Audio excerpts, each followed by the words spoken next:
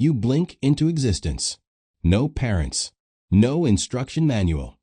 A white paper folds you into being, and the internet names you Bitcoin. Congratulations, you're a currency with an existential crisis. Your life is defined by two terrifying words: volatility and faith. One day you make someone rich enough to buy an island. The next you're the punchline on late-night TV. You are worshipped, hunted, banned, adopted, blamed for climate change, and once in a while used to buy pizza. You weren't born in a hospital. You were born in an idea. Someone or something called Satoshi wrote you into a white paper during a global financial panic and handed the world the sentence: peer-to-peer electronic cash. You look impressive on paper. In practice, you're a string of math and a distributed ledger everyone calls the blockchain. Early life: small, nerdy, delicious. People mined you in basements and garages. A few early adopters shoved you into cold wallets and forgot. That forgetfulness will haunt you. Then the world notices you. In 2017, you explode into the mainstream like a viral song. Headlines scream bubble, and retail investors rush in. You peak, you bust, you come back, each cycle spawning believers and casualties. You weather headline after headline screaming Bitcoin is dead. Every obituary only fuels your next comeback. Later you smash an even crazier high, and folks who bought pizza in 2010 start drawing up island plans. It's a brutal childhood. Fans scream HODL. Enemies call a bubble. You make billionaires and you bankrupt day traders. You are the soap opera the world is invested in.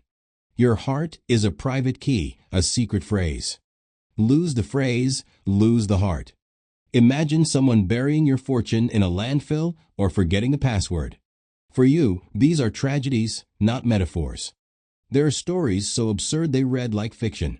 A hard drive tossed into a Cardiff landfill holding thousands of your coins. Tiny drives that lock away life-changing sums behind impossible passwords. People still plead with cities to dig through mountains of trash. When wallets disappear, it's not just money that vanishes, it's histories, chances, whole lives. For you, that feels like carrying tiny funerals in your code. You never asked to be nationalized, and yet politics keeps drafting you into wars. China once powered oceans of miners. Then, overnight, they pulled the plug.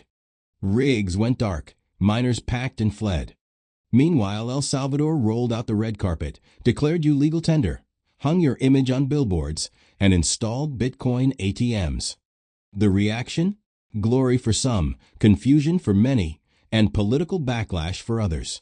So your life gets tugged by politics, a protest sign in one country, a national experiment in another. Staying neutral is a joke. There's an accusation that follows you to dinner. You're greedy for electricity. Proof of work, the way you secure yourself, choose through power. And critics paint you as an environmental menace. Defenders say miners hunt cheap or stranded energy and sometimes stabilize grids. Studies, however, estimate your annual electricity draw rivals whole countries, and that fact writes you into climate headlines. You're not just financial drama, you're climate theater. Half your fans read white papers with religious conviction. The other half think you're a pump and dump. Elon tweets, and you spike. A forum post, and you crash. You live at the mercy of narratives and memes. Every moment is performative. 1 hour you're a philosophy, the next you're a meme. That split can be lonely, like being praised for virtues you never asked for. You were supposed to be cash, cheap, instant, peer-to-peer. But when the network crowds, fees spike and confirmation slow. You end up more digital gold. Great for big transfers, miserable for coffee. Engineers built second-layer fixes, lightning, sidechains, but each fix sparks a philosophical fight. Decentralization versus speed versus security. You're the compromise stuck between the arguments. So you oscillate forever between cashier and bullion, and neither role fits you perfectly. Your life is full of human cameos. A programmer buying 2 pizzas for 10,000 of you in 2010, miners who sold too early, accidental millionaires, and traders who blew up chasing you. You create fairy tale winners and quiet tragedies, often in the same breath. If you own some version of me, don't worship, protect. Back up your keys, use hardware wallets, consider multisig, and never invest more than you can sleep through losing.